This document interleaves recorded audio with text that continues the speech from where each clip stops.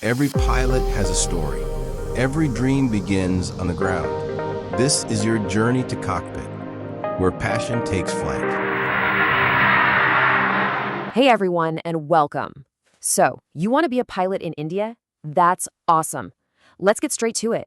Today we're building your personal flight plan, a step-by-step guide to get you into that cockpit, specifically with an eye on 2026. Does this sound familiar? Yeah, I thought so.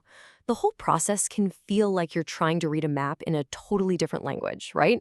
You've got all these acronyms like DGCA, crazy costs, confusing training paths. It's a lot. But look, don't sweat it. We're going to cut right through all that noise and lay out a super simple, clear roadmap for you to follow. No more confusion, I promise. All right, so here's our game plan. We've got 5 main stages to cover. We'll start with your very first big decision and take you all the way through to landing that airline job. So let's jump in. Okay, first things first, before you do anything else, you've got a big decision to make. It's kind of like choosing your starting point on a map. There are 2 main paths you can take to get into the cockpit, so let's break them down. So, you've got 2 main choices. On one hand, there's the DGCA route. Think of this as the do-it-yourself path. You're in charge of everything: your exams, finding the right flying school, getting your license, the whole shebang. On the other hand, you've got cadet programs. These are run by airlines like Indigo or Air India, and they pretty much guide you through the entire process. They're usually a bit pricier for sure, but they're super structured and often give you a much better shot at getting a job with that specific airline when you're done. All right, next up. Just like a pilot does a pre-flight check before every single flight, you've got some personal checks to do before you even start this journey. These are the absolute must-haves, the things that give you the green light to even begin. So what are they? Well, for starters, you've got to be at least 16 years old to get going. Education-wise, you need to have finished your 10+2, and, this is a big one, with physics and maths. No way around that. Then there's eyesight, which has to be 6/6, but we'll talk more about what that really means in a sec. And finally, the medical stuff. You'll start with what's called a Class 2 medical, and then you'll need to upgrade to a Class 1 for your commercial license. And okay, let's just bust a huge myth right now. So many people think that if you wear glasses, your dream of being a pilot is over. That's just not true. It is totally fine as long as your vision is corrected to that 6/6 standard. So whether it's with glasses or contacts, you're good to go. You just have to remember to bring a spare pair with you when you fly. All right, listen up, because this is a real pro tip. Seriously, get your medicals done before you pay for anything. I mean, before you even think about putting down a deposit on a flying school. Why? Because the last thing you want is to spend a ton of money only to find out there's some hidden health issue that stops you from getting your license. Do this first. It could save you a world of headache and a lot of cash. Okay, so you've passed your personal pre-flight checks. Now it's time to hit the books. We're talking about ground school. This is where you build that rock-solid foundation of knowledge that every single pilot needs. It's the brain work you've got to do before you get to the really fun part in the sky. Now, to get your license in India, you have to pass 6, count 'em, 6 major exams from the DGCA. And let me tell you, these are no joke.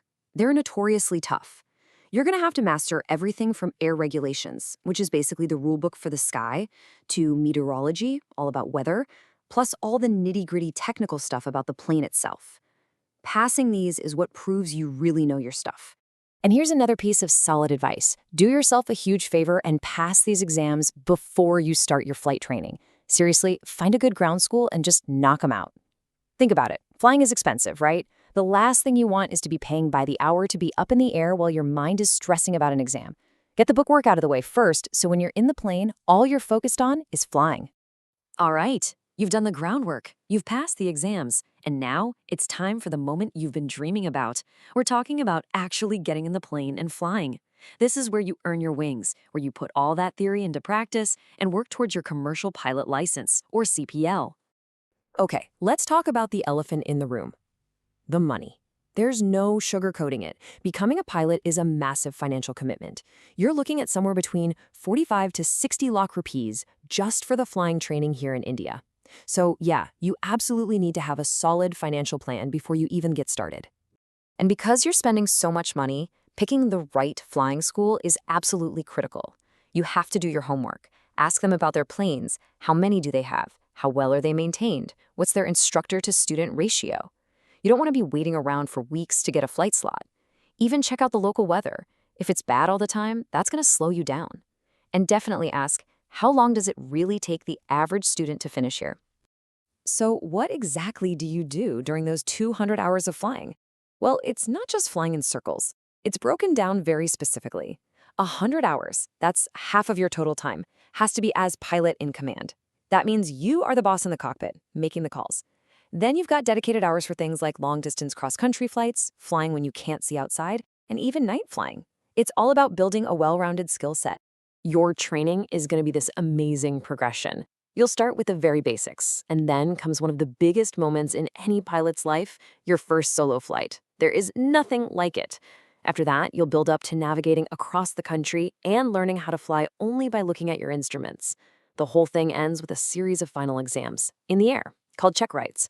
You pass those, and boom, you've got your commercial pilot license. So you did it. The CPL is in your hand. You are officially a commercial pilot. That is a huge accomplishment. But you're not quite at the airline gate yet. You're on the final approach. So let's talk about these last few crucial steps to land that dream job. Okay, so what's next? It's something called a type rating. Think of it like this. Your CPL is like a general driver's license for cars, but a type rating is a special license to fly a very specific type of airliner, like an Airbus A320 or a Boeing 737. And the airlines, they won't let you touch their planes without it. And yep, you guessed it, this part also costs a pretty penny. You're looking at another 15 to 25 lakh rupees, and that's on top of what you already spent on your CPL. This training is super intensive, mostly done in highly realistic simulators to get you to know that one specific aircraft inside and out. So which planes are we talking about? Well, in India, it's pretty much a few key players. You're most likely going to get your type rating on an Airbus A320 or a Boeing 737. These are the workhorses you see everywhere. You might also train on an ATR-72, which is really common for shorter regional flights. And here it is, the final boss battle.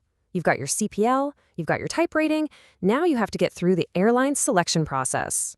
And trust me, it is a gauntlet.